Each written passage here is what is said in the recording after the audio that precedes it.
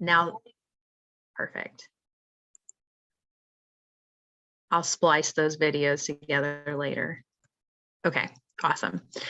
All right, so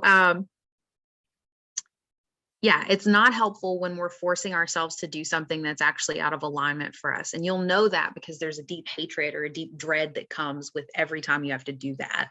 I decided I was going to use champagne walls as the example for this, because some people just get so excited. They love champagne walls. And some people are like, this is an absolute pain in my ass. And every time somebody, books it, I just dread it. Yeah. So optimism or positivity becomes toxic when it's forced. And some things that creates are more stress and more dis-ease in your body and in your life. And so when you're under stress, your body's releasing cortisol, which is actually quite literally poison to your system. And so when you're trying to cloak that with positivity, you're technically just poisoning yourself over and over and over again. And if you're somebody who has a lot of muscle tension, or you're chronically ill, those things can be directly correlated to how much stress you're under, right? And so if we're constantly just pouring a pretty glitter positivity, love and light, for lack of a better term, bullshit on top of it, that never goes away. And our bodies are still deeply affected by that. And so it also creates continued engagement with the misaligned action. So you just keep doing the thing that you hate over and over and over again because you're trying to see the bright side. It creates a loss of sensitivity to the internal GPS, your intuition. So you're constantly questioning yourself, you're second guessing yourself. You're not able to discern between intuition and intrusive thoughts or fears. And I'll give you an example of what that small, still voice, the power of that small, still voice. It was a few years ago. Ironically, my lover and I were looking to buy an RV, and we needed a vehicle to haul said RV. And so we found one. It was right up the street from where we lived, which nothing was right up the street from where we lived at the time. So like, it was perfect. We were in alignment. Everything was going really well. It was right in our price point. And so we get on site. And before I even got out of my car, here comes that small, still voice, infinite intelligence, internal intelligence. It says to me, the truck has transmission issues. I was like, nope, only seeing the bright side, only seeing the alignment, only seeing the positivity. And I ignored that voice to the point that I even asked the dealer, who probably had absolutely no bias toward selling me that truck. I asked him, I said, does it have a history of transmission issues? He said, no, never heard of it. I'm like, okay. So we test drive the truck. Everything feels good. It's gravy. I'm like, I don't know where that voice came from. And we buy the truck. And as we're leaving, the truck starts to warm up. And this was really interesting because when the truck was cold, it didn't do this. But once the truck was warmed up, it's a beautiful truck, by the way. Once it was warmed up, the transmission would slip between third and fourth gear. Heavy, like it would like clunk, clunk. And we spent so much money trying to have that repaired, trying to get people to fix it, figure out what was even causing it.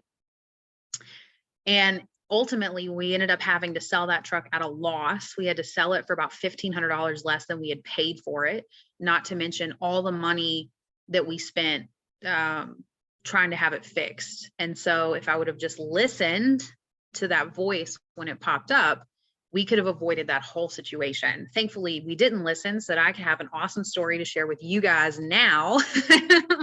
But man, what a pain in the ass it was then. And I actually went on to continue trying to cultivate a relationship with that voice, because what happens is that voice will only tell you quietly a few times before it's like, this bitch is not listening to me. And then it just stops, or it gets so quiet that we can't hear it. And so this causes, confusion, anxiety, a deep lack of self-trust, needing others' approval on our decisions or on what we want to do, needing others to weigh in on every decision that we make, right? And so always needing a second opinion.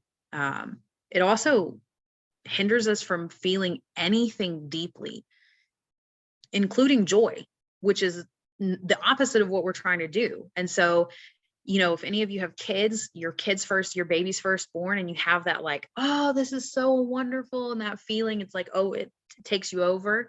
And that's like the only time in your life that you ever feel that. You can actually access that feeling all the time. You can have that feeling for really small, silly things. But if you're not allowing yourself to feel the full spectrum of your emotions, then you're actually cutting yourself off from feeling immense joy as well. And so we sort of become numb to the world. We are what I call the hue of man. And so you can picture yourself as like a rainbow, right? And like anger would be maybe red, and then total bliss would be violet. And you're stuck trying to be positive at blue. The problem there is that you can only see blue. And so you don't ever actually make it to bliss, to that elated feeling where you're just like overcome with joy. You also seldom move out into any of the others. Sadness, if you have a hard time crying, right? Like if something happens and it makes you sad and you notice that you don't cry, or you actively try not to cry. A lot of people do that. A lot of people, they think crying is weakness, so they try not to cry.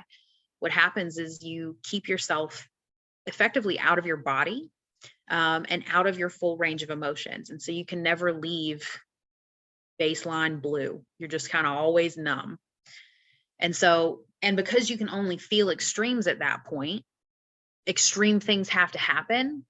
And I find generally those people, we snap when we get to that place where like, we're cool, it's blue. Something happens that like makes us angry.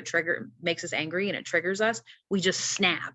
And we're like, and that's because there's so much repressed emotion in there. There's so many feelings that we've just shoved down and ignored, that every little thing that happens, we just kind of blow up. So I'm going to tell you guys, instead of forcing yourself to be positive, there are a few other things that you can do. And I just want to check and make sure that there aren't any questions. No question. Joe says, I have to go. I will read the transcript. Okay. Yeah, if there are any questions in the chat, doesn't look like there are any. You guys feel free to unmute yourself if you want to like say anything, or if you have any questions. I like these to be conversational. So I'll share that we had a really good conversation with a friend of mine this weekend when we were in DC. We all went out to dinner, Dawn with myself, and this person has been my friend for we're going on 16 years. She was not a childhood friend. We were like full ass adults when we became friends, which is hard to do. I think I have childhood friends. You can count on one hand how many adult friends I have that I've made in adulthood. And I think part of that is because we as adults have a really hard time letting ourselves be vulnerable with people. The story about this friend of mine, we were at a restaurant about 16 years ago, and our boyfriends had become really good friends, which is easier for dudes. I think they'd play like rock bands and they like whatever, right? And we were all out at this bar, and she's super straight-laced and I'm super straight-laced, and we're just kind of like, and I was her boss at the time. She was working for me, and she thought it was like, she shared with me, she's like, can I share with you, I thought it was really weird as my boss that you wanted to hang out with me like months ago. And I was like, oh really? She's like, yeah, I thought you were like so much older than I am. And I was, but like by 3 or 4 years, which meant a lot 16 years ago, right? And I was like, oh, well, I'm new to the area, I didn't really have any friends. And she's like, well, I'm so glad that you did, because like I really enjoy hanging out with you. And I looked at her and I was like, I enjoy hanging out with you too. And it was like, are we friends? And I was like, and I like literally, I think I cried at that time. I was like, oh my God, I don't have any female friends. Like I've always just been super athletic, and I'd hang out with the dudes, and like there was less drama, and I'm not a very dramatic person, and neither is she. And so like, we weren't the type of people that would be like getting drunk and like loving on each other in the bathroom. Like that just wasn't like who we were, because we just weren't like super lovey people. And that moment of vulnerability led to like a 16-year super deep relationship, but that only happened because we were willing to, for a brief moment, get like emotional with each other. And like, we have continued to kind of be the friends that every once in a while would have, too much wine or tequila, and we'll like, talk about, I mean, like births of babies and like deaths of parents. And like, we've been through so much together, but we're just so like buttoned up that we don't really get that way very often, but we feel safe enough with each other to do that. And it just super deepens the relationship. And so like, some of my reflections is that in my life, like what has been lost by that, resistance to vulnerability, that resistance to sharing emotions, like what other magical moments and friends could I have made had I been willing to be a little bit more vulnerable? And that's part of my journey currently. As Dawn shares, like the toxic positivity thing can go two ways, right? Because like, you can see the people that are always like, you know, cheer up, be happy, think positive. But then at the same, like you're also missing the opportunity to have a good cry with your best friend when you do that, right? You're not letting it like flow through your body. And that takes reprogramming, as she said, some repatterning to let yourself cry when you feel like crying, even if it's over dumb things. Like I was showing Dawn the Willard Hotel, which is the hotel has been around since Lincoln. That's where the term lobbyist was coined, because all of these people would hang out in the lobby and wait for him to come down so that they could, bid their, things. The last part of Martin Luther King's speech was written in that hotel. And she's just like, all the chills. She's like starting to cry, just standing in the lobby. And like, that could be seen as silly, but like when you have emotions, you don't get to choose. Your brain can shut it off, but your body feels it first, right? Like you get the tingly feeling and like the raising in your throat starts to close. And like, we're so conditioned to be like, stop it, that's stupid.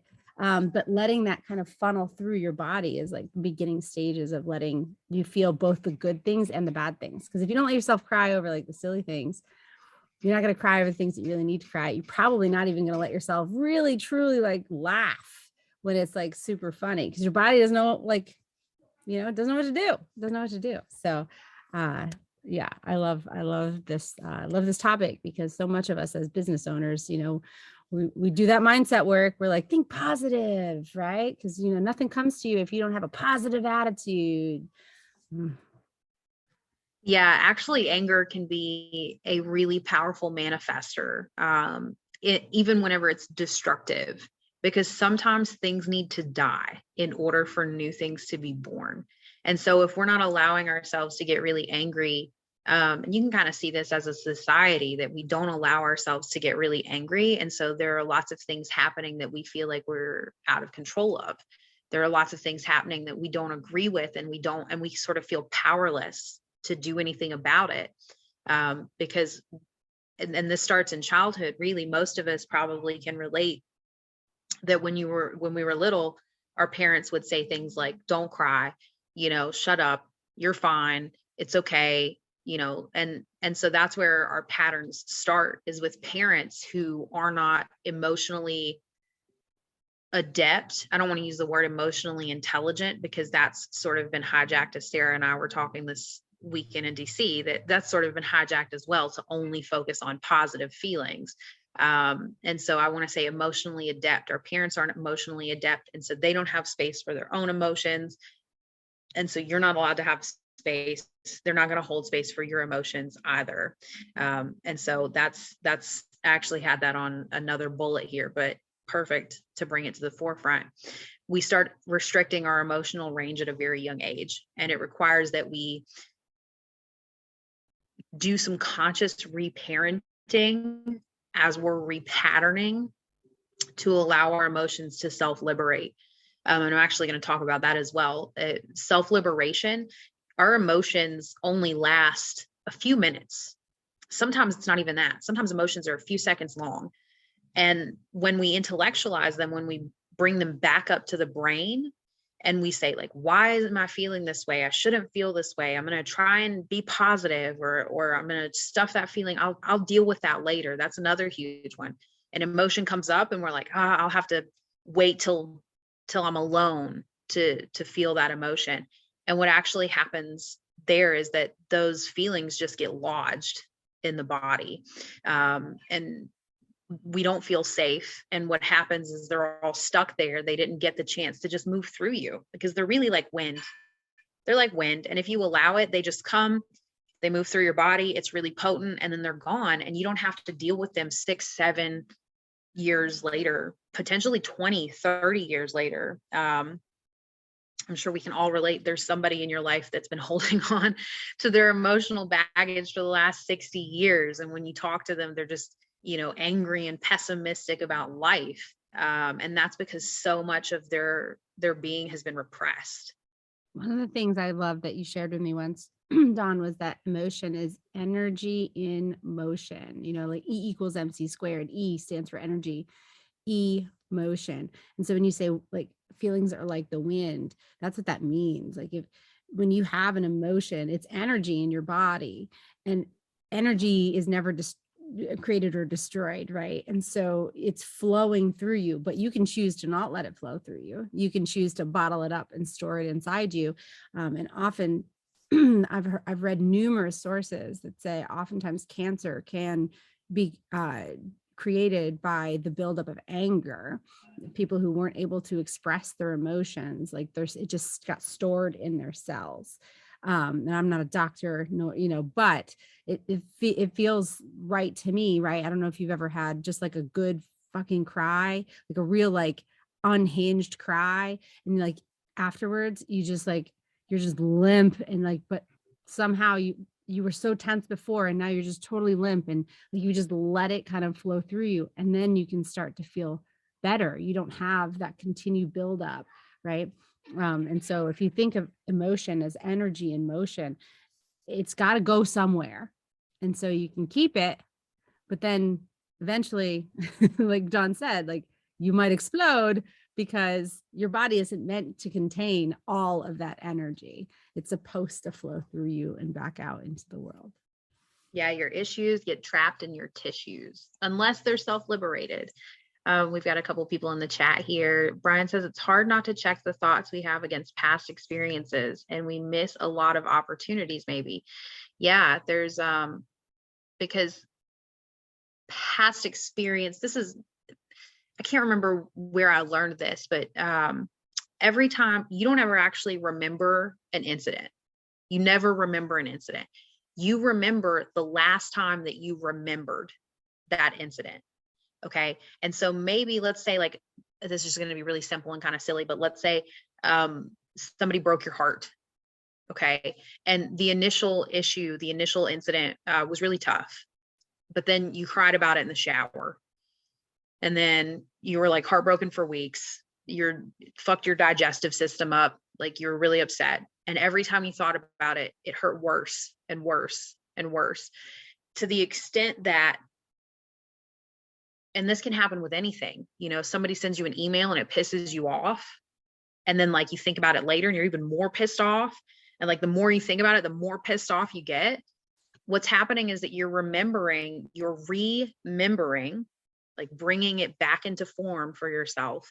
You're remembering the last time that you remembered it. And so if you told a story to your best friend and you over embellished it and you were like, she called me a bitch, like whatever it is, right? And you like over embellished, then the next time you remember it, you're remembering that story that you told your friend. And so the more it like the more raw it gets, like the more energy is behind it. And yeah, I was going to say, Sarah's twice this book has been recommended to me. So I'm definitely going to get it. The Body Keeps a Score. Relieve trauma can be worse than the incidents itself. Yeah. Relive trauma. I see ingredients. And yeah, Dawn, this book, and I'm not finished with it. It doesn't sound like Sarah's finished with it either. Yeah. But it talks about the fact that they hooked up all these like nodes to the brain, and they then triggered PTSD patients. And what they realized or It's recognized, terrible. right? I know, science. Research. What they recognized was that their brains lit up in the same exact places and in the same exact ways as people who are actively living trauma. Your Yes. brain does not know the difference, whether it is an actual real threat that is happening at the moment, or if it is a memory, because your body is going through the same things. Now, this is with PTSD. They have something called trauma brain. And trauma brain is fascinating. I recommend anyone reads this book, because it's not even just big trauma, because they worked with vets when they did this study, people who came back from wars back in the time when we had no mental health services. I wouldn't say we have great mental health services for them now, but at least we have something, right? But back then they had nothing. What we know to be true now is that same level of reliving trauma happens in even non-wartime trauma. And it might not even be something that registers as trauma to someone else. It's really how your brain perceives it, right? So like a kid could be forced to sit at the table and eat all their fucking vegetables, and like for hours they have to sit there, and that's trauma to them. And then anytime they see broccoli, like they relive that trauma, like they feel it in their body, it just registers through their whole brain. Now someone else could have been forced to eat their broccoli, they don't even remember the incident, right? So it wasn't trauma to one person, but it was to another. And their brains fire differently because one brain stored it as trauma and the other brain didn't. And so it's not even just the actual experience, but the perception of the experience that creates it, which is just fascinating. Yeah, and actually your brain doesn't know the difference between lived experiences and viewed experiences. This is a personal rant that I'm going to go on, backed by science, but but like a lot of what we're exposed to in the media, like when you watch a movie, how often do you see someone die in like cold blood in front of your eyes in real life? How often does that occur? I'm not saying it's never occurred. God forbid. Some of us have lived that actual trauma, but how often do you see it? Now, my lover last night was watching like Jurassic Park, and in the first 20 minutes, like I watched multiple people die from like having their like heads explode. And your brain doesn't know the difference. Your brain does not register that this is a movie. Your brain takes that in, it falls into the unconscious, which is your body mechanism, as true, and your body releases cortisol as if it's stressed out. That's why like when you watch horror movies you can feel scared even though there's not actually a demon in your house. So like I could go on and on and on about that, but I won't. It is important though, in relation to the topic that we're talking about, is that if you're continuously watching things like horror films or very violent movies, the whole purpose of a movie is to move emotion through your body. Would you watch something that has absolutely no emotion? I personally, I don't know if you guys have ever heard of slow TV. Like it's just basically like a camera that like goes on a train through like the Swiss Alps or something, and it has like the and you just watch. I have emotion. Is it like a crazy emotion? No, it's a emotion of relaxation and of calming. But like even that was generated and created to create emotion. And so when you watch a horror film, it's meant to scare the fuck out of you. It just is. It's meant to do that, right? If you're watching a suspense film, it's meant to like make you just tighten up everything in your whole body because you're not sure what's going to happen, right? You're waiting for something to pop out. If you watch a romance film, it's because you want all those feely, squishy, lovey-dovey, cryy things to happen, right? And so when you are watching things or reading things, you're voluntarily choosing to move emotion through your body. Your body doesn't know it's not real. Your brain knows. The frontal cortex, right? The one you use to like speak and like know things and like shut off your emotions. But your body doesn't. And that's, I think, what's important to like what Dawn is saying is that like be more cognizant of the things that you're watching and that you're taking in, because your body doesn't know the difference. And when it comes to like toxic positivity, we want positivity because it's positive. And we want, if it's a shit situation, we want you to, recognize that it's a shit situation and not try and like polish the turd, right? Like, let's You're just right. recognize that it's a shit Right. situation. You can't change it. You don't have to feel good about shit situations. Yeah. Permission to feel deeply on all levels. So some things that you can do instead of forcing yourself to be positive, to rekindle that intimate relationship with your intuition, which is your inner tuition. Okay. So like inner learning, your relationship with your intuition, to pick up on those subtle cues when they're really pivotal, and to align yourself with your heart's deepest desires. So many of us are shut off at the heart. The heart runs on emotion. That's its intelligence system and how it speaks to us. And so when we're not aligned to those deeper desires, we're probably not doing what's in our highest alignment or what would bring us the most joy. And so the first thing that you can do is to find neutrality. And I don't mean neutralize your emotions. I mean, allow the situation to be neutral. All situations are neutral. And then we charge them either way. So we can charge them positively. That's like bliss, love, joy. We can charge them negatively, which is like anger, hatred, frustration. Okay. And so the best way to do this is to detach from the situation. So in our language, that looks like the difference between someone sent me this email and made me pissed off versus someone sent me this email and I'm choosing anger. Okay, because no one outside of you, nothing outside of you can make you feel anything. You're choosing that emotion. And whether you're choosing it consciously with the forebrain or you're choosing it unconsciously, both of those are relevant and both of those are worth watching at a deeper level. And so I'm choosing anger, own the emotion. And when we own that emotion, we actually open ourselves up for intuition to reveal that deeper intuitive wisdom, to like tell us more about what's happening and why we're feeling that way. We also don't want to ask ourselves, that's the next bullet here. Self-liberation, to allow that emotion to self-liberate, means that we have to sit in the shit. You have to just sit in the shit. So what we're not doing is trying to fix the feeling. As soon as you go to try and fix it, I'm sad, so I need a zebra cake. As soon as you try to fix that emotion, you're suppressing it.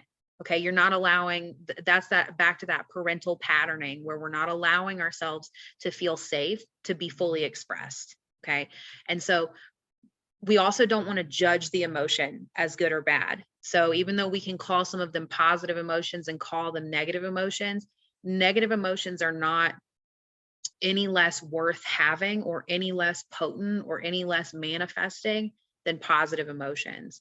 We also don't want to justify or intellectualize them. So a lot of us, if you've ever been to therapy and your therapist will say, feel your feelings, like, what the fuck does that mean? What it doesn't mean is asking yourself, why am I feeling this feeling? Okay. So, because as soon as I say, why am I feeling it? I go straight from the body back into the brain, back into the forebrain, and I'm trying to justify the feeling. Oh, well, I'm sad and it must be because of some external force. False. All that's false. You are absolutely allowed to have a feeling. And you may be having, once you get really subtle, you may be having emotions for absolutely no fucking reason. And this could go all the way back to generational trauma, trauma that's stored in your genetic coding, right? So like in your DNA, if you're the child of someone who, experienced something really, really terrible in a war, that can also be preloaded into your body. You're just born with it. And so that might not even be yours. Your emotions don't necessarily have to mean anything. Neither do your thoughts. 98% of the thoughts that move through your head are not yours, and they don't mean anything. We identify with them because we're all the time in our head. So like every thought I have is my idea. It's my thought. It's, came from within me. Not necessarily your brain's a receiver. Thoughts are just floating around and you might happen to catch one, just like when you're driving in the car listening to 93.3 and all of a sudden you get a little static and you hear 93.7. Like it just happens. Thoughts and feelings, they just happen.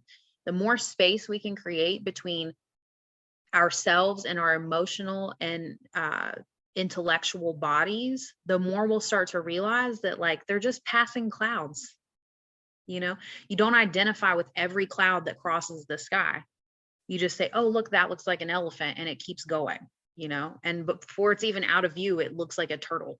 So like it's not even your thoughts and your emotions are just like passing clouds. All right, so emotions only last a few minutes unless intellectualized. So that's the other thing. Emotions don't last a really, really long time. They're not designed to last years. They're not designed to last months or even weeks.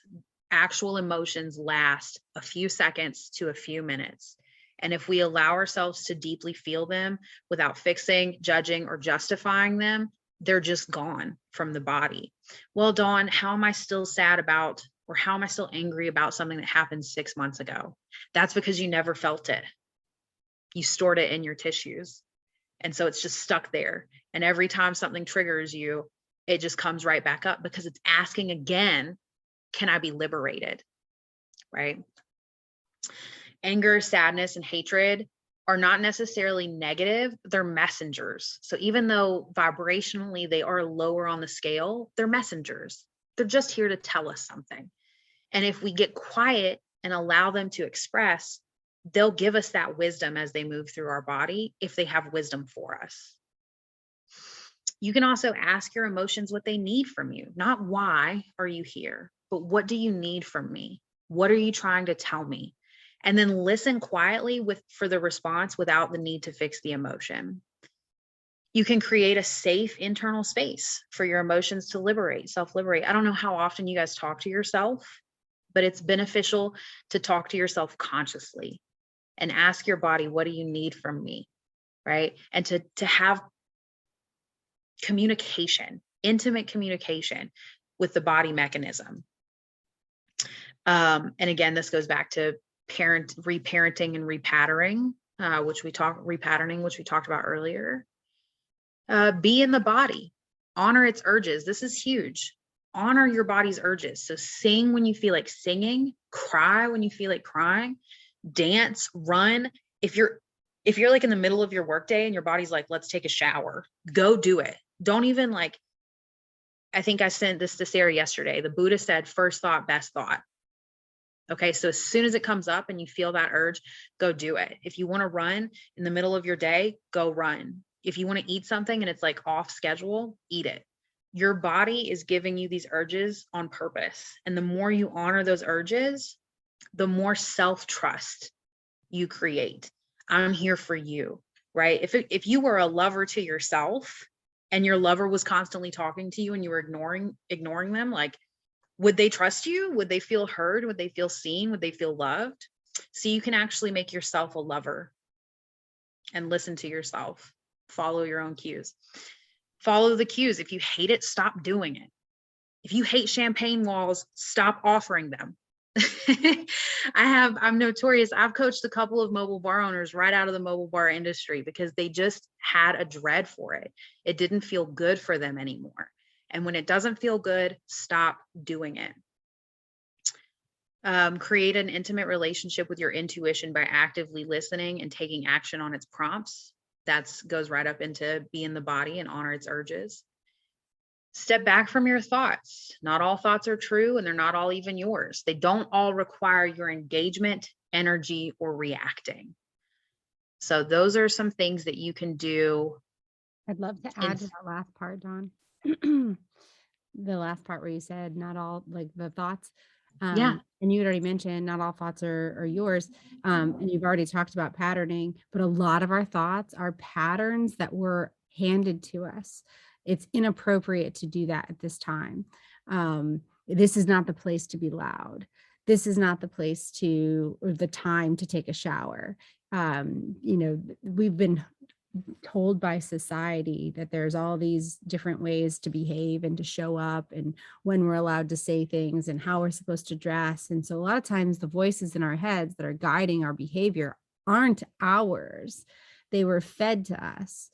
So I love this exercise of trying to actually really identify what voices are ours and which ones are the ones that are just handed to us by society. And maybe it's your mom's voice, your dad's voice, or your sister's voice, your boss's voice. as to like what and how you should show up at any given time. A really great study for that is where they found that children until the age of 7 are completely in the theta state. Theta is when you receive. All theta does is receive. And so they're literally like little walking sponges. They don't do very much output. They can just take in, which is why when you're little, like you can learn multiple languages really quickly and really easily because your brain is super malleable. Unfortunately, most of us, our traumas and things occur between the ages of 0 and 7, right? Or a lot of that parental patterning where maybe our parents weren't emotionally adept, or our parents didn't have capacity to hold both their own emotional body and your emotional body. And so they've just taught you to shut it down and you just run with that. And that's why reparenting is so important, because most of our shit is programmed between the ages of 0 and 7. And it's just playing on a repeat for the rest of your life. The voices in your head, the thoughts that you have, just on repeat. And it could have even been a teacher or a friend. Somebody could have said, oh, those shoes make you look fat. And then for the rest of your life, you can't wear Converse because all you see is fat ankles when you put them on. You know what I mean? Like, and they're not even yours. Maybe you really like Converse. And you just can't put them on because that friend was really mean to you when you were 6. You took it in and believed it was true. Also relevant to mention that when we watch movies or when we take a shower, we enter, and also when we drive in the car, we enter a theta state. And so we get most of our best ideas in the shower. Actually, you can get a lot of your best ideas in the bathroom period because it's full of little vortex. And or when you're washing dishes, it's the same way. It puts your brain into theta state. And so you're receiving awesome downloads and cool ideas. The same with when you're in the car, but also when you're watching movies. So again, just to reiterate, be mindful of what you got on the TV. Guys, that's all I have. So like if anybody has any questions or you want to conversate, we have like 10 more minutes and I would love to hear your thoughts. If you felt like this was potent, or if you have any like questions, book recommendations, weigh in. I dropped in The Untethered Soul into the chat. The Untethered Soul is a really fantastic book and kind of walking you through how to uncouple yourself from your thoughts, and giving tools on how to be the observer and how you don't need to claim every single thought that runs through your head as your own.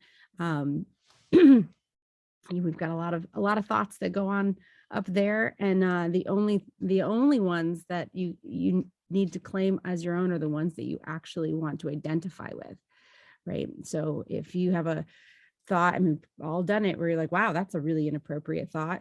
Yeah, you can just let it go. That doesn't mean anything about you. You don't have to claim that as yours. And what we claim as ours actually then becomes manifested in who we are and the things that we do. And so, being very choosy about the thoughts that we allow ourselves to identify with is a good thing. And back to the toxic positivity, it's okay to observe those thoughts too, right? So if you're super happy, or if you feel like you should be super happy, like observe those thoughts and see if it's actually an appropriate thing to be super happy about, because a lot of times if you don't feel super happy about something that you should, or you think that you should feel super happy about, there's also, and Dawn said this earlier, there's also something to look at there. Like why aren't you super happy? Are you judging yourself in some way, right? Like let's say you had you got a good you got a $5,000 event that just came in and you booked it. You should be really fucking excited about that. That's huge. But if you're not, there's something there to look at, right? Like, maybe you're doubting yourself. Maybe you're scared now because you're like, I don't know if I've never been paid that much. Am I even worth that much? Like, what if they don't like me? Right. So even the lack of positivity in some cases is worth looking at. But forcing yourself to be happy about it isn't going to actually help you grow in those areas of self-doubt and fear, right? So all emotions are good emotions, I think, is basically what we're Yes. trying to get at here. And your emotions, and I don't know if you actually said this, John, but one of the terms that we use a lot is that our emotions are our GPS. And so you don't have to understand them at first, right? The emotion comes first before all things. You just have to log it, right? You got to log it. It says turn right. And so like, why turn right? Why turn right? Right. And like, you can just with via intuition, you can just do it. Right. You can just turn right. Some people blindly follow the GPS unless you're my husband. And he's like, well, that's not the best way to go. That's not the best way to go. And then we'll go the way he wants to go. And then we're in a traffic jam. He's like, I oh, was well, going to say, I didn't know that the traffic jam was there. Right. But if you use your emotions as a GPS, even if it takes you to a place that you didn't want to go, it's probably going to take you to a place that you needed to go. mm-hmm. So if you feel, like you need to go left and you're like, no, my goals are straight ahead. If you're, you book a $5,000 event and your intuition is saying like, turn left, like it may not be that you're not supposed to do that event. It may just be that you've got some like self-confidence things that you need to work on. Maybe you've got some operations that you don't have a ton of like confidence in. All of those things are for you, basically, is what I guess I'm trying to say anyways, is that all emotions are for you. You can't just pick one. That's not a rich life. You have to feel all of them in order to get where you're going. You gotta turn left, right. Sometimes you gotta take a U-turn. all the directions. Sarah, I feel like you're speaking right to me because I have a few major events that are coming up, one of which just increased their guest count by 50%. And I'm stoked about them, stoked about all of them. It's going to be an insane week.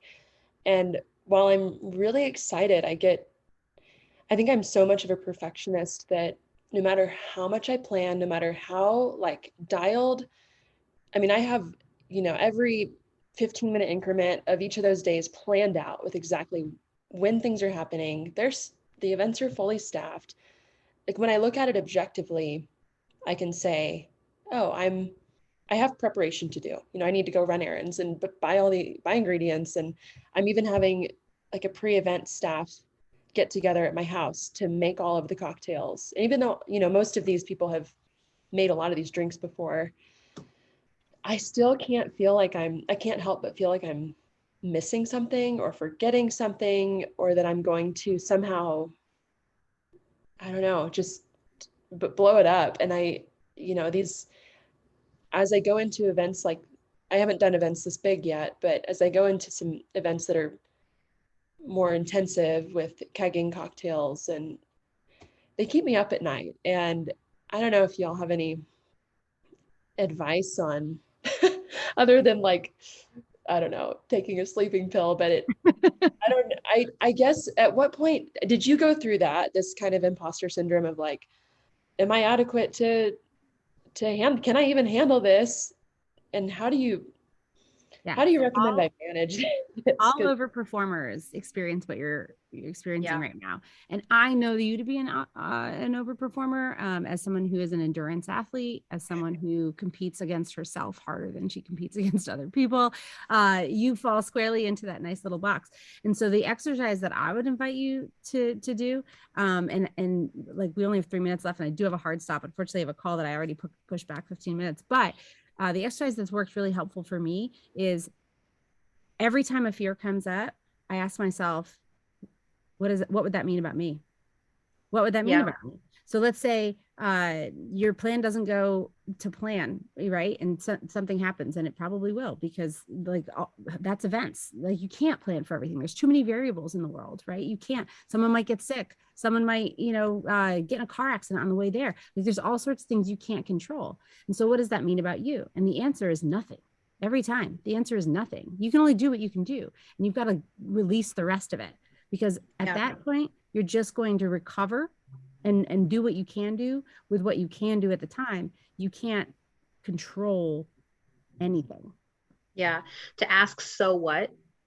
So what? A fear comes up and it says, you're going to blow up the event. And you say, so what? And to Sarah's point, what am I making that mean about myself? And then you can follow that rabbit hole, because you'll get responses. It'll say, well, it means that you're inadequate. It means that you're not worthy, like all these things. And then again, those are probably stored patterns that, just like this, you can just allow yourself to feel through. And it's probably going to be really uncomfortable to feel like complete inadequacy. But if you let yourself feel inadequate to the brim, now you've gone to hell and back.